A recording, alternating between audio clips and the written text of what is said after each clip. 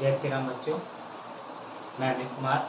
ये मेरा YouTube channel है नया, जिसमें मैं आज यूपी बोर्ड कक्षा 12 क्लास 12 के भाग 2 किसका भौतिक विज्ञान, यहाँ पे लिखना भूल गया बच्चों, भौतिक विज्ञान का भाग 2 है। भौतिक विज्ञान के भाग 2 के अध्याय पहले का चैप्टर का नाम है, यानी अध्याय का नाम है प्रकाश की। आज हम प्रकाश के बारे में जानेंगे। यानी पहला चैप्टर अध्याय में प्रकाश से रिलेटेड हम कुछ टॉपिक के बारे में चर्चा करेंगे, कुछ उसके बारे में हम लोग पढ़ेंगे। चलिए आइए पढ़ते हैं। सबसे पहले हम ये जानेंगे कि प्रकाश क्या होता है।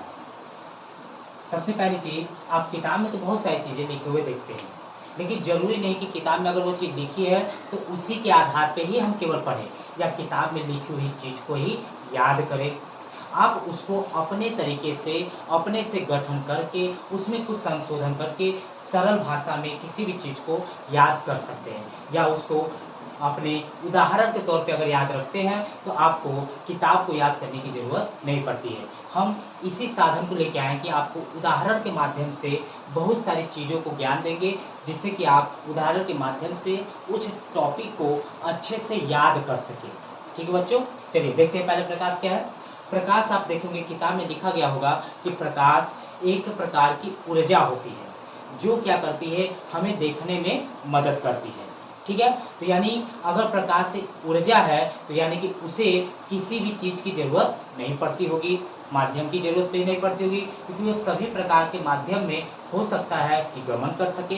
लेकिन हमें पता है कि प्रकाश के कुछ ऐसे भी गुण होते हैं जो कुछ सही होते हैं और कुछ के लिए गलत साबित होते हैं। तो यानी हम कह सकते हैं कि प्रकाश ऊर्जा भी है और हमारे लिए, इंसानों के लिए एक साधन का भी काम करता है, क्योंकि इंसान साधन का प्रयोग करके अपने कार्य को सरल बनाता है। जैसे कि मशीन की परिभाषा होती है कि मशीन एक ऐसा साधन है या ऐसा यंत्र है जिससे हमारे कार्य कम समय में सरलता से हो जाते हैं। तो प्रकाश भी एक तरह से हमारे लिए साधन का काम करता है, जो कि हमें किसी भी वस्तु को देखने में मदद करता है। यानी कह सकते हैं कि प्रकाश एक ऐसी ऊर्जा व साधन दोनों है जो हमें क्या करता है कि देखने में मदद करता है, उसे हम प्रकाश कहते हैं। ठीक है, अब यहाँ पे साधन का मतलब ये नहीं है कि गाड़ी, मोटर, कोई चीज़। साधन का मतलब यंत्र भी हो सकता है, या हमें कुछ ऐसे भाग मिले हैं, संवेदनाशील हमारी आंखें हैं जो कि ऊर्जा के रूप में या साधन के रूप में होते हैं, जो हमें देखने में मदद करता है। साधन में जैसे आपका दूरबीन भी होता है, दूरबीन से भी हम देखते हैं, वो भी साधन में आता है, लेकिन वो यंत्र होता है आपका, जिससे हम क्या करते हैं, आँख पर ही लगा के दूर की वस्तु को स्पष्ट करके देखते हैं। ठीक है बच्चों, यानी ये हो गया प्रकाश की परिभाषा। अब हम पढ़ेंगे कि प्रकाश के क्या क्या गुण होते हैं, कि प्रकाश में ऐसी क्या क्या चीज़ मिलती है जो कि आप अपने जीवन में प्रयोग ला सकते हैं। लिखा तो बहुत कुछ है, लेकिन हमें वो जानना पड़ेगा कि वास्तव में प्रकाश में ऐसा चीज़ होता भी है या नहीं। ये तो आप कभी सोचे भी नहीं होंगे कि पॉइंट तो लिखा है, याद तो कर लेते हैं, लेकिन क्या है कि वह गुण उसमें होता भी है या नहीं। जैसे बहुत लोग बहुत से बच्चों की तारीफ करते हैं कि यह बच्चा करने में ऐसा है, पढ़ने में अच्छा है, ये इतना जल्दी कर लेता है, ये सवालें अच्छी लगा लेता है, इस चीज़ को जल्दी समझ लेता है। लेकिन हम कैसे उसको परखें कि नहीं, आप जो ये कह रहे हैं वो सत्य है। तो हमें उसके लिए उस बच्चे का निरीक्षण करना पड़ता है, अपने द्वारा पूछे गए प्रश्नों का, उसके द्वारा मिले गए जवाब का निरीक्षण करके ये पता करते हैं कि हाँ, वास्तव में जो सर कह रहे थे उस बच्चे के बारे में वो सत्य है। उसी प्रकार यहाँ पर भी हम इस चीज़ के बारे में जानेंगे। तो पहला ये लिखता है कि प्रकाश जो होता है वो अदृश्य रूप में होता है। यानी कि प्रकाश, पहला पॉइंट यह है कि पहला प्रकाश अदृश्य होता है। यानी अदृश्य का मतलब न दिखाई देना, न दिखाई देना। यानी आप प्रकाश को नहीं देख सकते, लेकिन प्रकाश के माध्यम से आप हर एक चीज़ों को देख सकते हैं। यानी उस प्रकाश के माध्यम से किसी दूसरे यंत्र के द्वारा निकले गए प्रकाश को देख सकते हैं बच्चों। यानी आपकी आँख पे कोई एक प्रकाश पड़े तो वो किसी दूसरे प्रकाश को देखने में मदद करता है। बस ये होता है कि इसे माना जाता है कि जो पहला प्रकाश आपकी आंख पे पड़ता है वो अदृश्य होता है, कहाँ से आता है, कैसे पड़ता है, ये पता नहीं चलता है, इसलिए उसे अदृश्य माना जाता है कि प्रकाश जो होता है हमें दिखाई नहीं देता। जैसे कि अंधेरा, अगर अंधेरा है, अंधेरे में आपका प्रकाश नहीं जल रहा है, तो इसका मतलब आप किसी भी वस्तु को देख नहीं सकते, आपकी आंखें अच्छी होते हुए भी। जैसे ही आप टॉर्च यानी कि लाइट जलाते हैं तो आपको वो पता चलता है कि आपकी कौन सी वस्तु कहाँ है। लेकिन अंधेरे में अगर किसी दूसरे के घर में आपको भेज दिया जाए और कहा जाए कि जाओ उस अलमारी से एक बोतल रखा है लेके आओ, तो आप नहीं ला सकते। हाँ, ये मान सकते हैं कि अगर आपका अपना घर है तो आपको बोतल लाने में असुविधा नहीं होगी, क्योंकि आप अपने घर में आते जाते आपको ये पता होता है कि लाइट न होने पर भी, प्रकाश न होने पर भी आप कैसे जाकर वहाँ से बोतल ला सकते हैं। लेकिन किसी दूसरे के घर में आप बिल्कुल ऐसा नहीं कर पाएंगे, इसलिए उसमें प्रकाश के लिए ज़रूरत पड़ती है। जैसे हमें अंधेरे में टार्च एक साधन होता है जिसकी सहायता से हम उस चीज़ को खोज लेते हैं। प्रकाश भी एक साधन होता है जिसकी सहायता से हम उस वस्तु को खोज लेते हैं। ठीक है बच्चों। दूसरा चीज़ आता है कि जो आपका दृश्य होता है, यानी कि दृश्य प्रकाश कितना होना चाहिए कि जितने में आप किसी वस्तु को देख सकते हैं। तो दृश्य प्रकाश का जो तरंगदैर्घ्य होना चाहिए वो आपका 4000 एंगस्ट्रॉम से 8000 एंगस्ट्रॉम के बीच में होना चाहिए। अगर किसी प्रकाश की लंबाई, तरंगदैर्घ्य का मतलब प्रकाश की लंबाई होता है, यानी जिस प्रकाश की लंबाई इतने के बीच में आएगी, आप उतने की लंबाई के बीच में ही किसी भी वस्तु को देख सकते हैं बच्चों। ठीक है बच्चों, समझ में आया। दूसरी चीज, प्रकाश को चलने के लिए माध्यम की आवश्यकता नहीं होती है, यानी आपको प्रकाश को अगर किसी में चलाना है तो माध्यम की आवश्यकता नहीं होती है। मतलब प्रकाश आप किसी भी माध्यम में चला सकते हैं, लेकिन अंतर यह है कि अगर आप माध्यम को बदलेंगे तो प्रकाश का विचलन होता है। विचलन का मतलब किसी माध्यम में प्रकाश बहुत तेज चमकेगा तो किसी माध्यम में प्रकाश बहुत धीमा चमकेगा। यानी किसी माध्यम में आप प्रकाश की सहायता से किसी भी चीज़ को स्पष्ट देख सकते हैं, लेकिन कोई माध्यम में किसी प्रकाश की सहायता से आप उस चीज़ को स्पष्ट नहीं देख सकते, यानी माध्यम का इफेक्ट नहीं पड़ता, यानी आप उसमें प्रकाश को गुजार सकते हैं, उससे आपके माध्यम की आवश्यकता नहीं पड़ती है। अगला पॉइंट है कि प्रकाश की चाल, यानी जिसने इस चीज़ की खोज की है तो उन्होंने प्रकाश की जो चाल यानी ज्ञात की है वो 3×10⁸ मीटर पर सेकेंड ज्ञात किए, वो भी कहाँ, निर्वात में।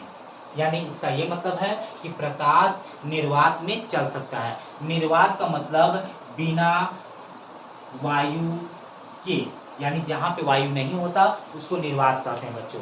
यानी कि प्रकाश की चाल निर्वात में इतना होती है, यानी कि जहाँ वायु न हो, जहाँ पे आपका पूरा वायु न हो, खाली हो, उस जगह पे प्रकाश की चाल इतनी होगी, यानी कि हमारे पृथ्वी के बाहर वायु न होके हीलियम और हाइड्रोजन पाया जाता है, जिसमें प्रकाश की चाल की गणना इतनी की गई है। लेकिन हम जैसे ही अपने पृथ्वी में अंदर प्रवेश करते हैं, अपने वायुमंडल प्रवेश करते हैं, तो हमारा निर्वात खत्म हो जाता है। निर्वात में क्योंकि वायु में अनेक प्रकार की गैसें, वायु, धूल कण, बहुत सारी चीज़ें मिली होती हैं, जिससे कि ये प्रकाश की चाल पर इफेक्ट करता है। यानी हमारे पृथ्वी के अंदर आते आते हम ये मान सकते हैं कि प्रकाश की चाल इतना न होके इससे कुछ कम हो जाता है। अगर कुछ बिंदु कम होता है इसीलिए उसको दर्शाया या दिखाया नहीं जाता, लेकिन होता है कि आपका कुछ कण पड़ते हैं, इसीलिए सूर्य का प्रकाश पृथ्वी तक आने में समय लगता है।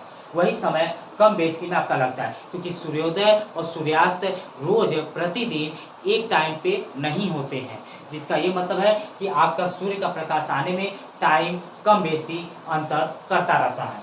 इसीलिए प्रकाश की चाल को हम एक नियत केवल निर्वात में ही मान सकते हैं, किसी वायु वाले में नहीं। ठीक है बच्चों। इसी प्रकार अगला है कि प्रकाश विद्युत व चुंबक दोनों के गुण दर्शाते हैं। यानी प्रकाश में विद्युत के साथ साथ चुंबक का भी गुण होता है। अब यहाँ पे कहेंगे कि प्रकाश विद्युत और चुंबक कैसे प्रदर्शित करेगा, चलिए हम आपको बताते हैं। एक आपको उदाहरण देते हैं कि विद्युत के लिए प्रकाश का प्रयोग किसमें किया जाता है, सौर ऊर्जा में किया जाता है, ठीक है। यानी सौर ऊर्जा की सहायता से आप प्रकाश को विद्युत के रूप में परिवर्तित करके अपने फैन को यानी पंखे को, टीवी को, किसी भी चीज़ को चला सकते हैं। इससे ये प्रमाणित होता है कि प्रकाश में विद्युत होता है जो कि हमारे इलेक्ट्रॉनिक इंस्ट्रूमेंट को चलाने की शक्ति रखता है, ठीक है। अब बात करते हैं चुंबक की। चुंबक क्या होता है? चुंबक का परिकल्पना करने के लिए आपको क्या करना पड़ेगा कि आपको एक अंधेरे कमरे का चयन करना है। अंधेरे कमरे को चयन करने के बाद जिधर सूर्य उगा है उसके दीवार की तरफ एक छोटा सा छिद्र कर दीजिए। तो जब आप छिद्र करेंगे तो जब देखेंगे कि जब बाहर से प्रकाश अंदर आता है तो आप उस प्रकाश के अंधेरे में खड़े होकर प्रकाश में अगर देखेंगे तो बहुत सारे धूलकण उसमें घूमते हुए दिखाई देते हैं। वह धूलकण नीचे न आने के बजाय वह धूलकण ऊपर की ओर भागते हैं, यानी वह धूलकण ऊपर की ओर मतलब प्रकाश की ओर जाते हैं जिधर से प्रकाश आ रही होती है, जिससे ये पता चलता है कि प्रकाश उन धूलकणों को अपनी ओर आकर्षित करता है, ठीक है। जिससे ये पता चलता है कि आकर्षण का गुण उस प्रकाश में है, जिससे कि चुंबक के गुण का पता चलता है बच्चों। इस तरीके से आप चुंबकीय गुण को भी आसानी से पता कर सकते हैं, ठीक है बच्चों। ये आपका प्रकाश से रिलेटेड हो गया, ठीक। अब यहाँ पे कुछ ऐसी वस्तु होती हैं जिसमें स्वयं का प्रकाश होता है, मतलब जो प्रकाश स्वयं उत्पन्न करते हैं उन्हें हम कहते हैं दीप्त वस्तुएं। यहाँ पे लिख नहीं रहे हैं लेकिन यहाँ पे याद रखिएगा, ध्यान रखिएगा। एक होता है दीप्त वस्तु जिसमें स्वयं का प्रकाश होता है, यानी उसे किसी दूसरे से प्रकाश को चुराने की आवश्यकता नहीं होती। जैसे कि आपका सूर्य हो गया, आपका बल्ब हो गया, आपका चंद्रमा हो गया, ये सारी चीज़ें, ये सभी में प्रकाश अपना खुद का होता है। और यह होता है आपका अदीप्त वस्तु। अदीप्त वस्तु में खुद का प्रकाश नहीं होता, वो किसी दूसरे का प्रकाश चुरा कर तब जलता है। जैसे कि आपका चंद्रमा जो होता है वो सूर्य से प्रकाश लेकर उससे उधार लेने के बाद तब वो रात में चमकता है, इसीलिए वो दिन में दिखाई नहीं देता, दिन में नहीं चमकता, इसलिए वो अदीप्त वस्तुओं की श्रेणी में आता है बच्चों, ठीक है बच्चों। इतना आपके लिए देख रहे होंगे कि इतना आपके लिए पर्याप्त है। अगर आज के लिए तो एक आध टॉपिक हम लोग और पढ़ सकते हैं, लेकिन इसके बाद का टॉपिक थोड़ा क्या है कि इंटरेस्टिंग है, जिसको हम लोग बोलते हैं प्रकाश का परावर्तन। ये थोड़ा सा आपका क्या है कि इम्पोर्टेंट है, तो इसके बारे में हमें क्या करना होगा कि डिस्क्राइब जो है यानी विश्लेषण थोड़ा संक्षिप्त में करना पड़ेगा। बहुत सारी चीज़ें इसमें हम आपको नए नए चीज़ बताएंगे जिस पे आप कभी ध्यान नहीं देंगे, क्योंकि आप ये चीज़ें कक्षा 10 में भी पढ़े हैं कि परावर्तन होता क्या है। लेकिन उसमें कुछ ऐसे पॉइंट है जो आप क्या करते हैं, इंडिकेट नहीं करते, सूचित नहीं करते, केवल आप पढ़ते हैं, आपको समझ में आ जाता है कि हाँ परावर्तन ऐसे होता है और आप याद कर लेते हैं बस। लेकिन उसमें जो प्रश्न हमारे दिमाग में उठ रहे होते हैं वो हम क्या करते हैं, उसका प्रश्नों का उत्तर हम कहीं नहीं पता कर पाते, न हम पूछ पाते सर से डर के मारे कि हमें डर लगता है, भय लगता है, जिससे हम टीचर से पूछते नहीं हैं, जिससे हमारे वो प्रश्न दिमाग में रहते हैं और हम ये जान के छोड़ देते हैं कि जाने दीजिए, हम परीक्षा में तो वो आने वाला है नहीं, बस परावर्तन आएगा तो ये हम लिख देंगे और हमें नंबर प्राप्त हो जाएंगे।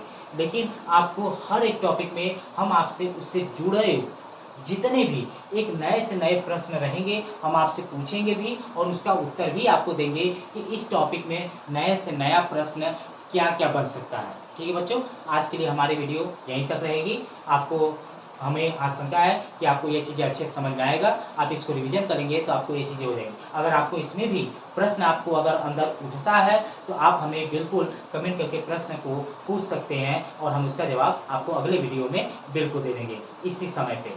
जय श्री राम, धन्यवाद।